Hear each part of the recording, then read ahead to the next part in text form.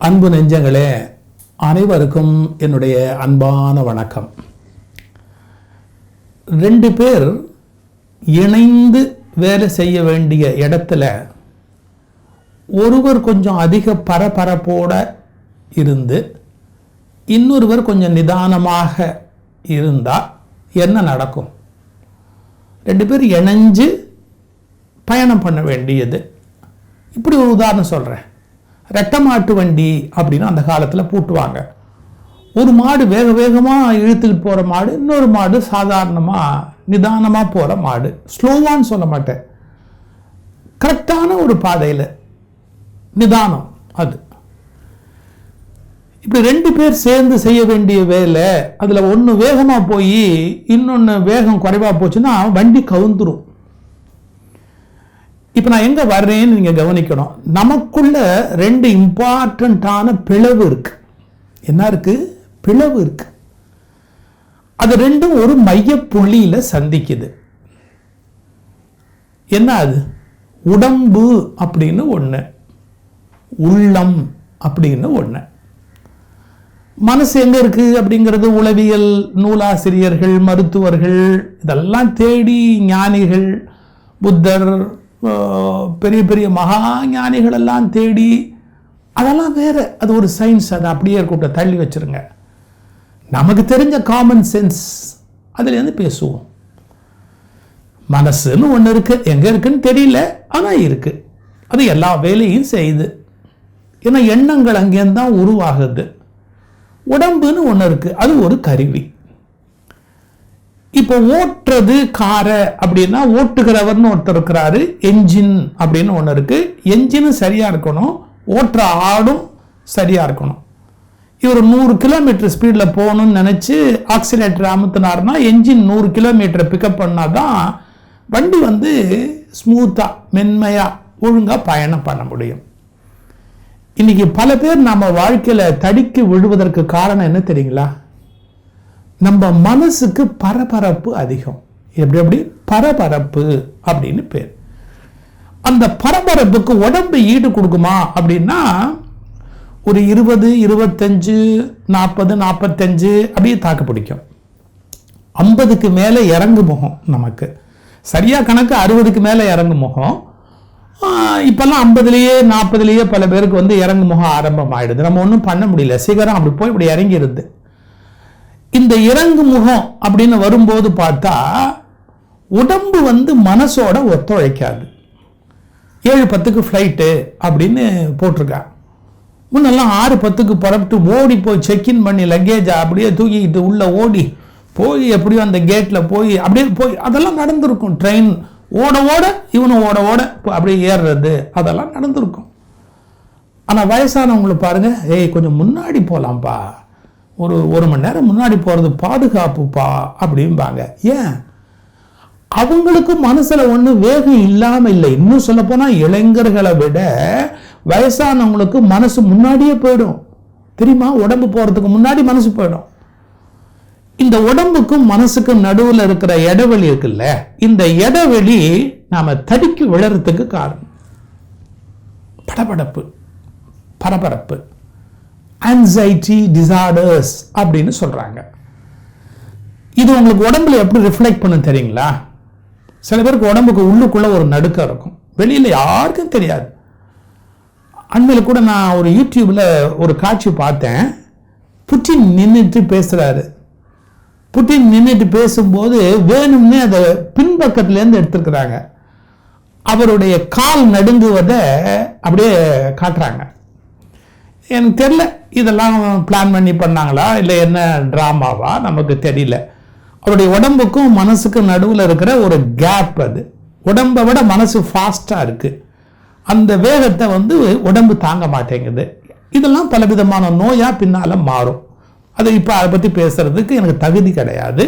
அது மனநல மருத்துவர்கள், நரம்பியல் நிபுணர்கள், இதுக்குன்னு ஒரு தனி துறை இருக்கு, அவங்களாம் தான் அதை பற்றி பேச முடியும். இப்போ நம்ம எளிய நிலைக்கு வருவோம். நம்ம உடம்புக்கும் மனசுக்கும் சந்திக்கிற இடம் எது?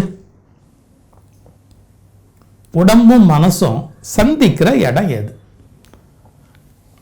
ஆக்சுவலா உடம்பு மனசு சந்திக்கிற இடம் எதுன்னு கேட்டா நாபி, தொப்புள். தொப்புள் கொடி வழியா தான் அம்மாவுக்கும் நமக்கும் ஒரு லிங்க் இருந்தது. அம்மாவுடைய சக்தி, ரத்தம், உணவு உள்ள போன மாதிரி அம்மாவுடைய எண்ணம், தாயாருடைய எண்ணம் எல்லாமே அது வழியா தான் போச்சு. அங்க உள்ள போய் அதுக்கப்புறமா இந்த குழந்தையோட மூளையில போய் பதிஞ்சிருக்குது. ஆனா அது வழியா தான் டிராவல். அந்த தொப்புள் கொடி தான் லிங்க் இல்லையா?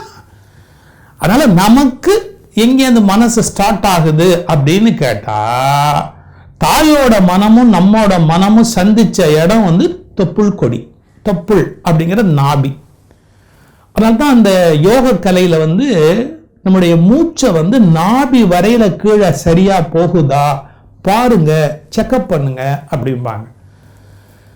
நமக்கு மனம் சார்ந்த பிரச்சனைகள் வாழ்க்கையில ஏற்படாம இருக்கணும் அப்படின்னு நினைச்சா, நீங்க மற்ற எதை பின்பற்றலையோ தெரியல, நாம மூச்சை வந்து அடிவயிறு வரையில நம்முடைய மூச்சு சீரா படுத்திருக்கிற நிலையில, உட்கார்ந்து இருக்கிற நிலையில, நம்முடைய மூச்சு மேல் மூச்சா போகாம நல்ல நாபிக்கு கீழே வரையில நம்முடைய மூச்சு போகும்படியாக நாம அந்த லிங்கை மெயின்டைன் பண்ணோம்னா பெருவாரியா மனோ உடல் சார்ந்த பிரச்சனைகள் வராது.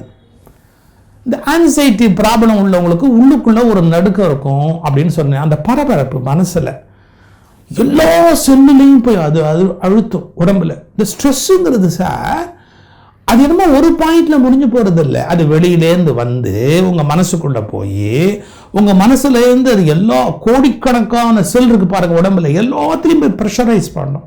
தெரியாது அதெல்லாம் வெளியில.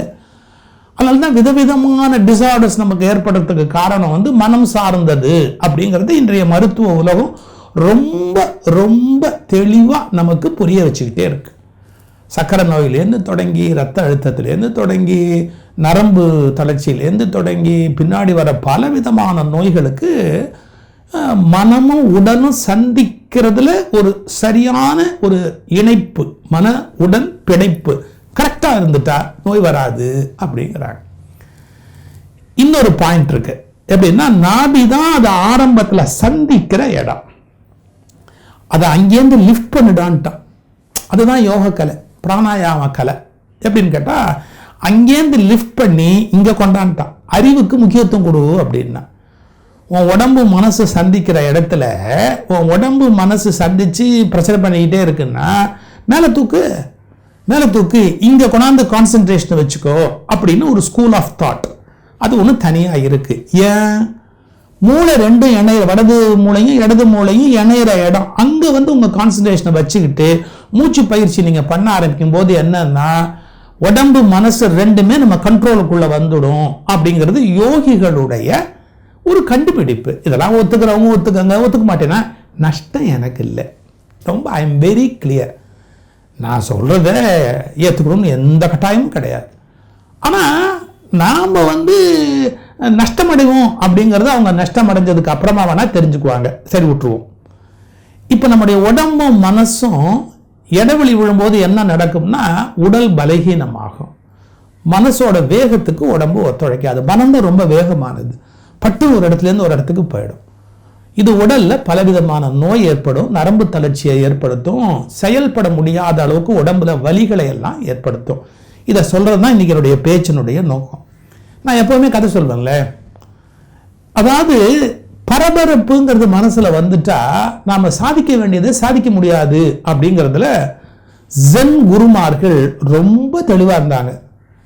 சான்சு அப்படின்னு ஒரு ஜென் குரு, அவர் மிகச்சிறந்த வாழ் வீரரும் கூட. குருன்னு சொன்னா உட்காந்து தந்துக்கிட்டு இருக்கிற வேலை இல்லை. அவங்க அந்த காலத்துல எல்லாம் பலவிதமான வித்தையில வல்லவங்க, மருத்துவம், சிலம்பம், எல்லா கலையிலும் வல்லவங்களா இருப்பாங்க குருமார்கள் அப்படிங்கிறவங்க. இந்த சான்சு வந்து ஒரு ஜென் குரு. அவர்கிட்ட புதுசா வந்து ஒரு சீடன் சேர்றான்.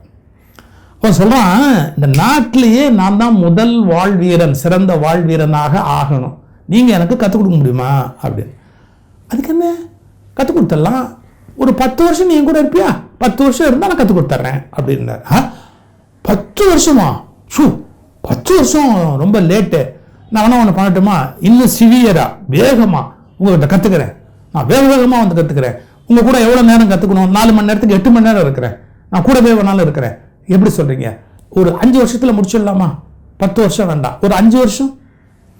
அப்ப என்னன்னா, நீ 5 வருஷத்துல முடிக்கணும்னு படபடப்பா இருந்தா நீ கத்துக்கிறதுக்கு 20 வருஷம் ஆகும்பா.